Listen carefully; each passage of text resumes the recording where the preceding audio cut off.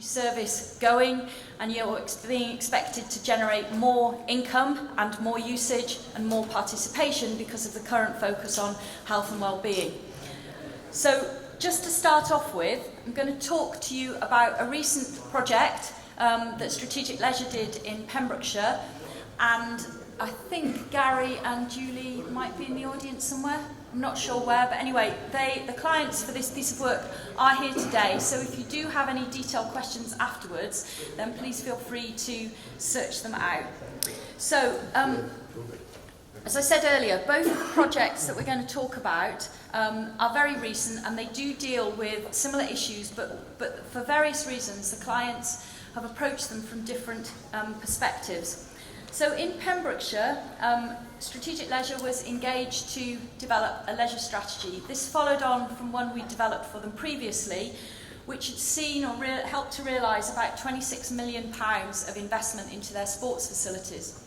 So the starting point for this study was actually that the local authority has very, very good leisure centres, with one exception, which I'll come on to in a minute. It's also a really high-performing, in-house operated service. So although the council has looked at alternative delivery models, because the majority of the leisure facilities in Pembrokeshire are on school sites, there isn't really very much point in outsourcing them because they're not going to save any money on rates. So all of that sounds quite positive, but actually that presents a real challenge to the local authority. So it has good facilities that are full, and yet it's got to save money and drive participation. So there's only really a few ways to look at doing that. So the key challenges for the local authority and for us working with them was to look really at how you could generate more income from what's already there, get more usage and drive more revenue out of existing participants, but also get new participants into the centre. And the political direction was extremely clear from the outset. Nothing's going to close, but we still want you to reduce costs. And we don't want any compromise on quality or health and safety. So that was a nice little challenge to start with. I think just to mention as well that part of the rationale for this piece of work, and really quite a big strand that came out internally, is the internal perceptions of the leisure service within the council itself. And that was largely because within the leisure services budget, there is a large subsidy lumped into their costs for free school use of the leisure centres, and particularly in relation to free swimming, which is all very laudable and, obviously is an important thing to continue to give young people that opportunity. But when you build that cost into a leisure services budget, it immediately makes it look far worse than it is. So I'm not going to mention that anymore because I think the outcome, they have addressed the recommendations that we made in terms of moving budget figures around, but that was an important component of the work when we started. So, in terms of looking at what Pembrokeshire Leisure could do, we came up with really the need to invest to generate. So, that's looking at more opportunities for the same market and new opportunities for new markets. So there's a great long list of recommendations that we came up with. You'll be relieved to know I'm not going to go through each in detail, but it was just to give you an idea of the breadth of recommendations from an operational perspective that came out of the work. I think just to pick on a couple, fortunately managed to speak to the clients earlier today, and they were telling us that one of the key improvements that they've seen is when we started the work, nobody could book online for Pembrokeshire Leisure Services. Now, it's not that the council and Pembrokeshire Leisure hadn't looked at it, but because of the need to be bilingual, the app hadn't been developed appropriately, and that was taking a lot of time. Since the new website's been developed and the booking services has gone online, they're now seeing 47% of their usage being booked online. So obviously that's broken down a lot of barriers for people. It's meant that people don't necessarily have to go into the leisure centres to book something before they can participate. Pembrokeshire Leisure has also been looking at changing the way in which you can access leisure centres. And again, when we started the work in 2018, there weren't many of these systems in place around the UK. But they're moving to a system of access, so like the traffic, the sort of pay machines that you have in car parks. introducing those into leisure centres. They don't replace people, they don't replace receptionists, because that face-to-face contact is still really important. But what that does enable is people who just literally want to come in, they're already changed, they come in, do a class, they check in, and they go out again. And one of the operational challenges that we found in the main leisure centre in Pembrokeshire is that they don't have massive corridor space, so lots of people were kind of backing out and taking up reception space, which was meaning that people who needed to come in and speak to somebody to book weren't able to do that. So just that simple piece of technology has actually helped to change that operational issue. One of the other recommendations that we made was, at the time, there were quite a few voluntary groups using the leisure centre, but they weren't using it for physical activity or sport, they were using it for meetings. And my favourite voluntary group is the knitting group that used to meet every week and sit on the balcony. Now, that was a great social opportunity, social interaction opportunity for that group. But what we looked at through the strategy was, are there wider opportunities to increase participation by linking into some of those voluntary groups that are already used to going to the centre, even if they're just sitting in the cafe? How could we get those in to physical activity? And so as part of the delivery and the implementation of the strategy, Pembrokeshire Leisure have been looking at opportunities to extend and change their fitness provision. So one of the examples is in Haverfordwest Leisure Centre, they had a spinning room, which I'm sure they won't mind me saying was a bit of an afterthought because it was right up in the roof, the ceiling's quite low, so if you stood up on your bike you'd crack your head, and it was boiling hot. But there was underused space downstairs on the ground floor, so by changing around some of the fitness provision, it's actually opened that up to new groups of people and new participants. And so there's a real drive within the strategy to look at how to get some of those voluntary groups involved in more informal activities through that larger leisure space. I think also one of the main recommendations of the strategy, which might seem a bit strange, but was for the introduction of cafes. Now, I'm sure all of you will remember years ago, cafes used to be built in leisure centres and they all served really healthy stuff for, you know, and linked to birthday parties and things. And then there was a kind of phase where no one built cafes anymore. Actually, a lot of the work we do comes back and says that people want an opportunity to interact. That social interaction and that ability to participate or go somewhere with a friend is really important. And so the opportunity to develop cafe facilities in the leisure centres was a major recommendation coming through.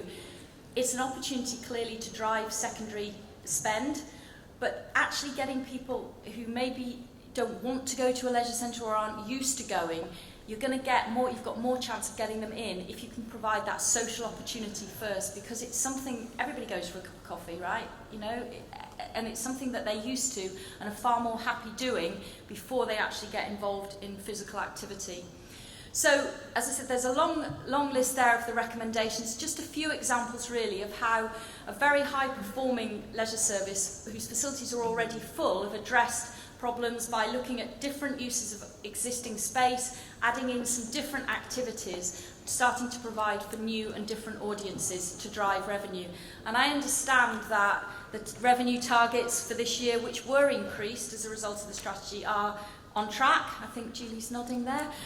So hopefully the strategy, as it pans out over the next 10 years, will help to deliver more participation to benefit health, but also increased generation, which will offset the need to reduce costs without reducing quality. Okay, the second project that we're going to talk about, and this is really where my colleagues come in, this project is an ongoing piece of work, so there's some things that we can't go into in too much detail, but this will just give you a heads up. So the three companies were appointed back in 2018 to look at two strands of work for the Isle of Anglesey. One was a capital investment plan over the next 3 years, and the other was a linked but separate appraisal of alternative delivery models. So the council has a very, very clear vision of where it wants its leisure services to go, clearly aligned to the Wellbeing of Future Generations Act, which I'm sure you're all familiar with. So their vision is they want to develop leisure for future generations. Their challenge is that their 4 existing centres really do need a lot of investment.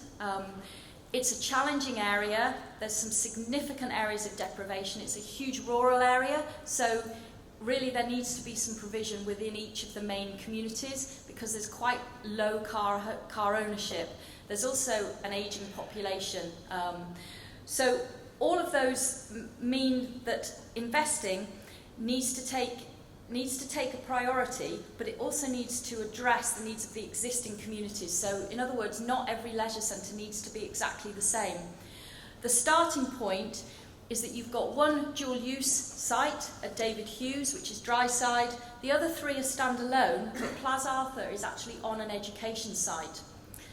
When we first looked at the centres, the context for their operation is that the council had already saved 51% of their existing operational costs. They didn't really have a lot more space to go into to save operational costs. They'd also increased income as far as they could, really, within the existing confines of their facilities, and they had invested significantly in fitness in a couple of the centres. One of the challenges with the existing portfolio is that there's a lot of unforeseen maintenance. Roofs keep going. Boilers need replacing because of the age of the centres. And really the council didn't want to just keep spending money on an ad hoc basis with a vision in the background of where they wanted their portfolio to go. And clearly with facilities of the age that they are and in the condition that they are, it was going to be very difficult to attract new participants in and actually even retain existing participants. So the council came up with a number of principles for future provision, all of which I'm sure you can read. They're all very laudable, very achievable principles if you've got some money to invest, and this is where the challenge really started to bite for Anglesey. So alongside that, the council has a number of aspirations for its leisure services, which also create a number of tensions because they want it to be flexible, modern, fit for purpose, anticipate new demand. They want it to be attractive, and they want it to have reduced costs.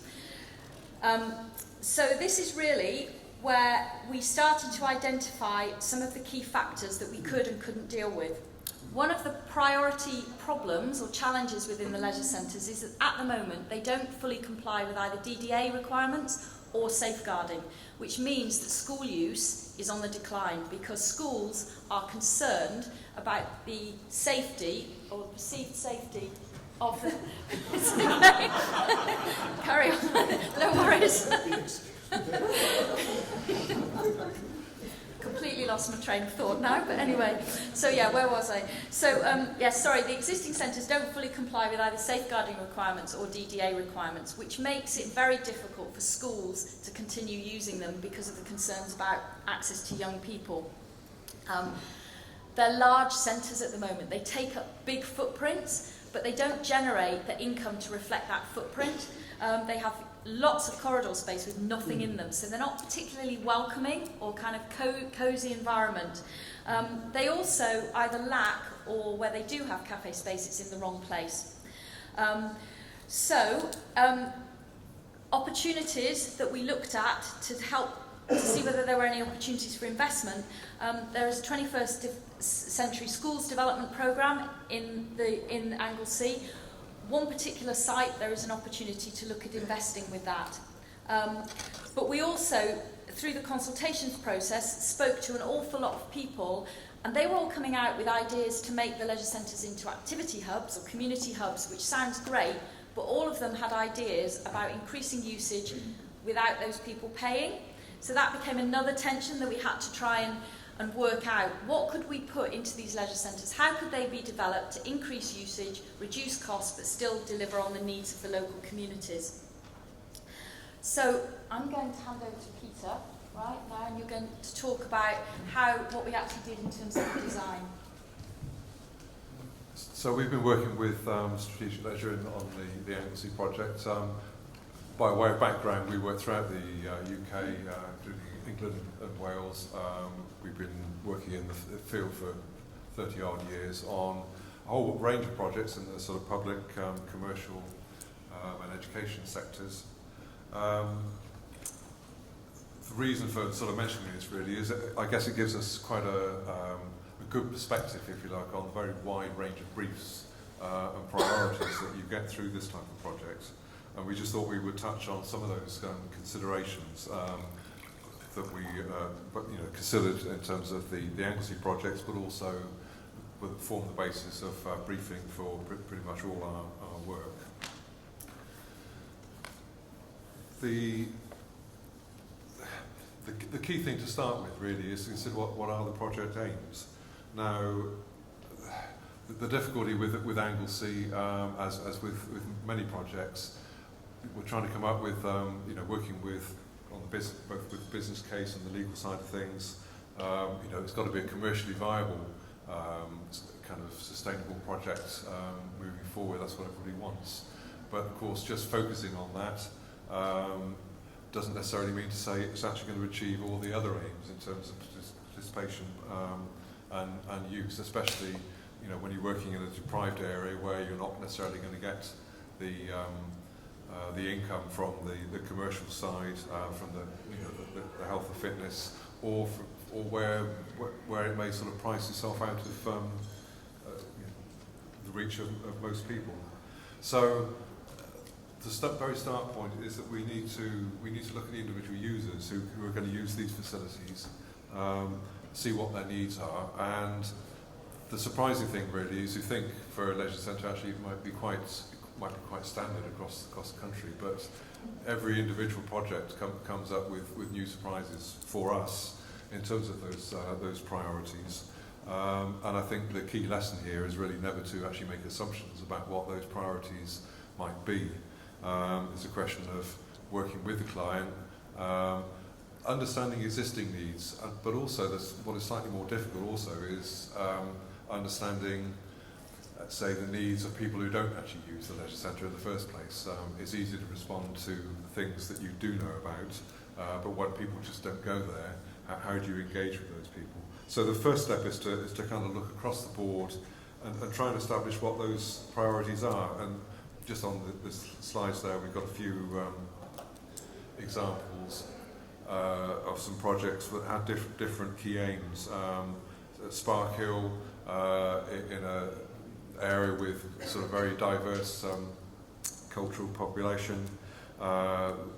We had some very some key drivers to try and engage and get people from the Asian population to use the facilities, whereas they weren't using them at all because of kind of key reasons. At Amlock, again, the thing here was a completely different situation where you had a much higher potentially use during the daytime. We had an aging population, but of course they're looking for something different than might be attractive to your 18 to 25-year-old. Equally at Evesham recently, we've been involved with a project that actually was adding on facilities to respond to classes for cardiac rehab and GP referrals. And finally at Charlton Ladies College, and this is a recurring theme now, is how to engage with people who don't engage with sport, who aren't the sporty people, and the need to get them active and provide the right facilities. So first aspect really is what are the barriers. There's a whole range of barriers. I'm not going to go through all of them, but they range from how do people get to the facilities? I mean, this is a key issue in Anglesey, although you wouldn't think it. It's a very kind of very rural district, and although the facilities are not that far apart, actually time-wise they're quite distant, and so the concept of a centralised facility was there was a lot of resistance to that idea. The economic price point, again, it's not a wealthy area, so there aren't any easy sort of wins there that in other areas might be obvious answers. In terms of the end users, as architects, there's this whole range of different types of people who might use these facilities. Obviously, you've got individuals, but there's kind of discussions about privacy requirements, what are the barriers for, let's say, families? You know, is there childcare? Is there somewhere for people to meet? And when you started getting to issues about disability, it is a really wide range. Obviously, everybody thinks about wheelchair access, but that's actually a very small percentage of disabled users, probably less than 10%. So, you know, what are all the other considerations that you need to bring on board? And then there's cultural requirements. One of the key things that's coming up frequently is that can we have sort of women-only sessions? Are there ways that actually we can link up the changing with those facilities?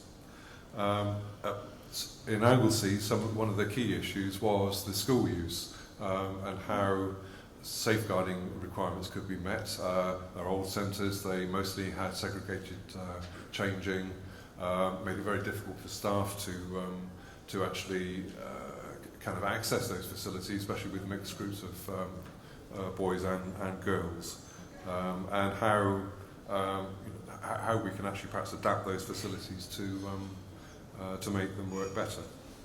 And then finally, an aspect, I think we sort of touched on this very earlier slightly, but the social aspect is also very important. It may not be a barrier as such, but it can definitely be a driver. Some of the things are obvious. We talked about cafe facilities, how they can, you know, provide somewhere to go and an obvious sort of social space. But we found on some projects, for example, the changing areas up at Sparkhill, we found actually that was a key driver for people going to access and do swimming, that it was a place where the local Asian women were able to meet, probably the only time in the week as a group. Swimming was almost just a byproduct. It wasn't the primary aim. So it's very kind of wide-ranging topic. Our challenge as architects is trying to achieve a balance here and come up with some end solutions, obviously. So our approach really is we have to go through, look at each use in turn, to look at their requirements, and then actually put all those together and say what facilities might actually be able to, you know, as one flexible multi-purpose facility, how can that meet all these wide range of uses?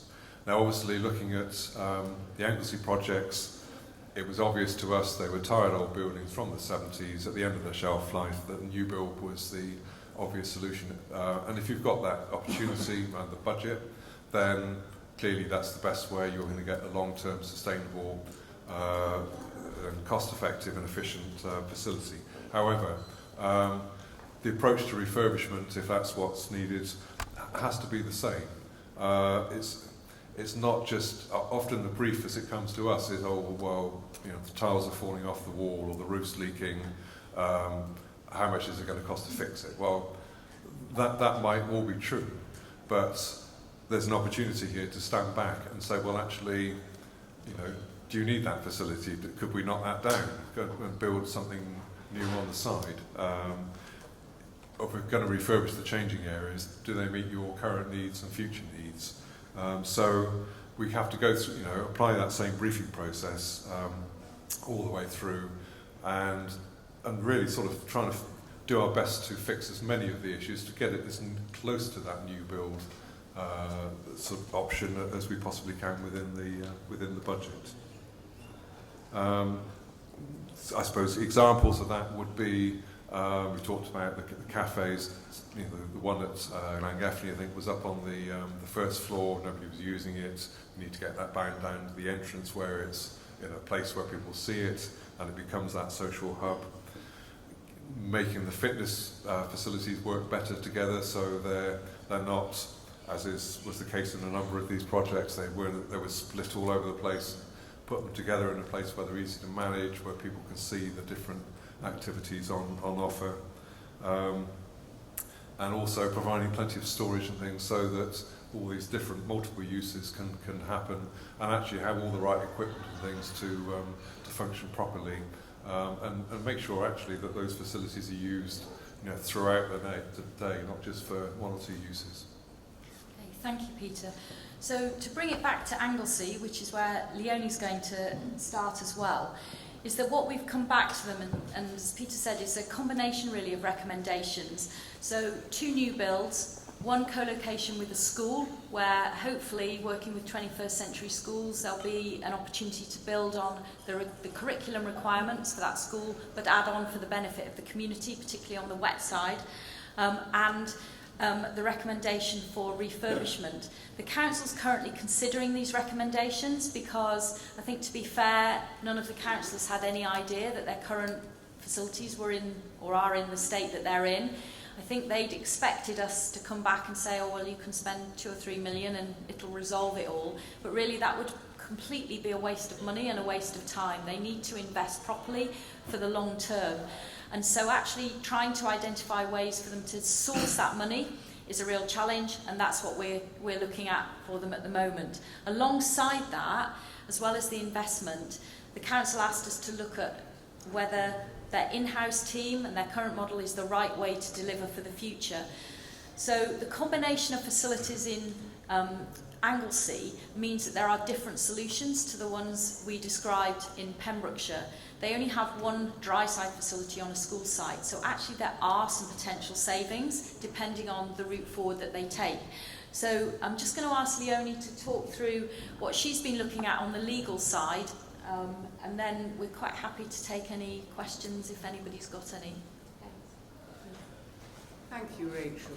I was brought on board to help look at the alternative delivery models, or the ADM model, because Rachel and I had just done a review for Gwynedd. Gwynedd is now implementing one of those models, a controlled tech-hol company. Sorry about my Welsh. And therefore, Anglesey wanted to look at all of the alternative delivery models. So where did we start? They said, well, could you please look at the options and the legal issues applying to each of those options? We need a realistic way forward, a way that is right for us, and we want there to be a link to the investment and future delivery. They saw the fact that we were offering a one-stop solution, investment and ADM solutions as an advantage. So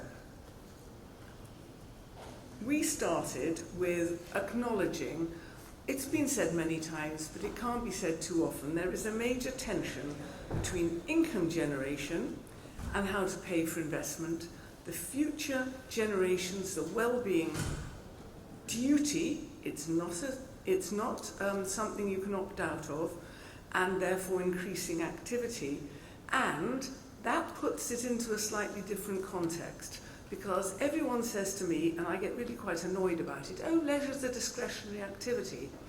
The well-being future generations isn't discretionary, nor is the obligation on Welsh authorities with regard to school swimming. So there are some aspects of this which you can't just, in my view, or indeed any sensible view if they think about it, walk away from.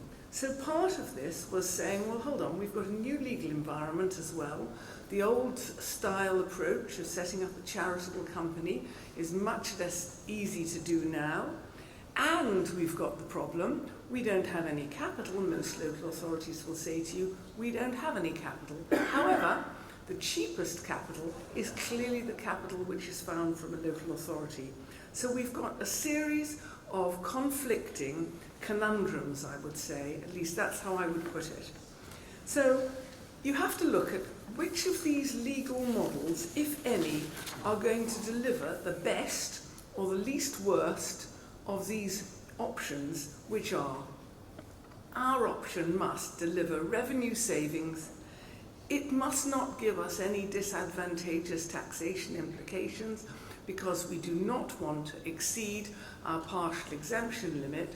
For those of you who aren't up in the finance of local authorities, a partial exemption limit is a VAT benefit that if you exceed 5% of exempt income, you could lose hundreds of thousands of pounds a year, and millions over several years. The implication of that is the practical implication. What's all this? I'm wittering on about VAT. I'm not interested in VAT.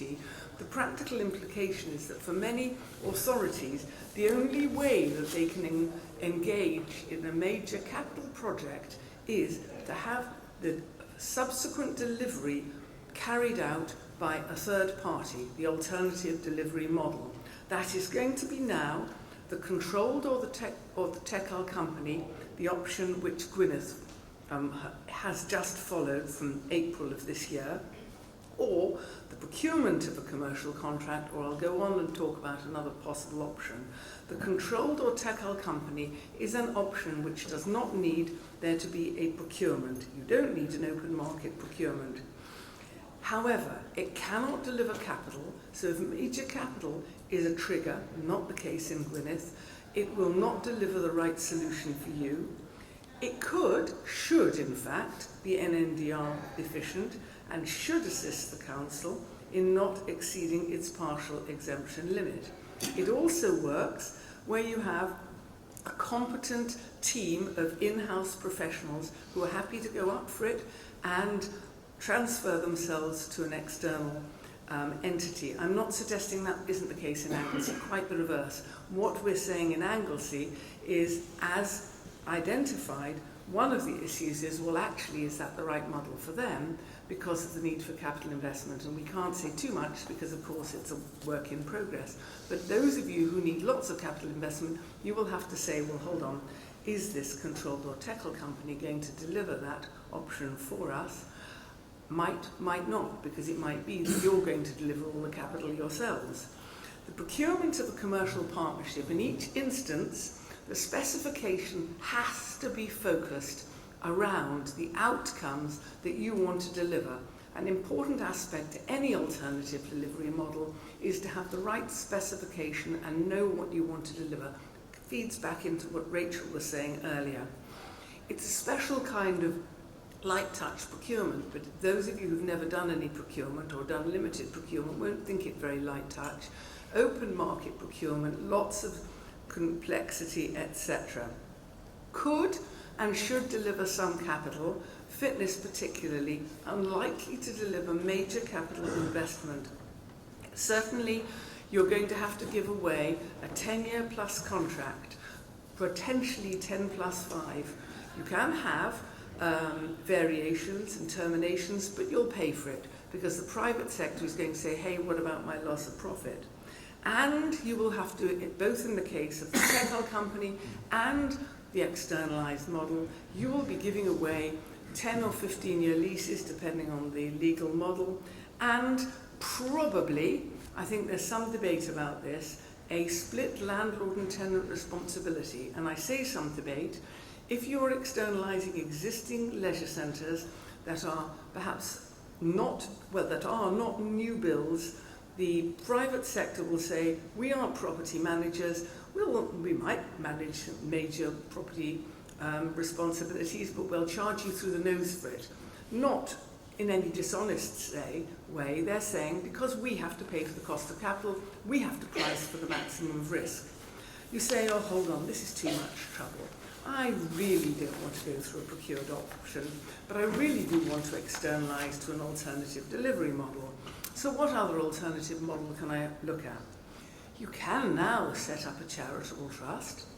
However, you can only give it a grant-aided arrangement, a revenue grant. Why? Because if it's a procured solution via a contract, as I've said, and it's an independent charitable trust, definition of a charity is it's independent, it has to be a procured solution.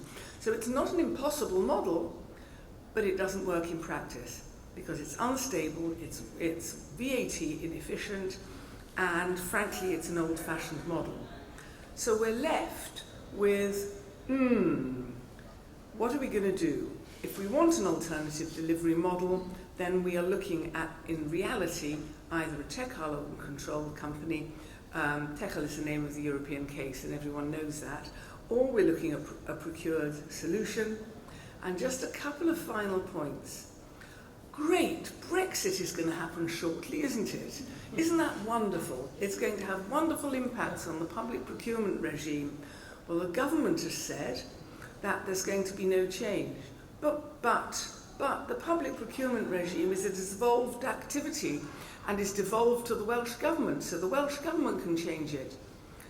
Government says they are not going to allow some of these activities which have been devolved to be devolved in the short term.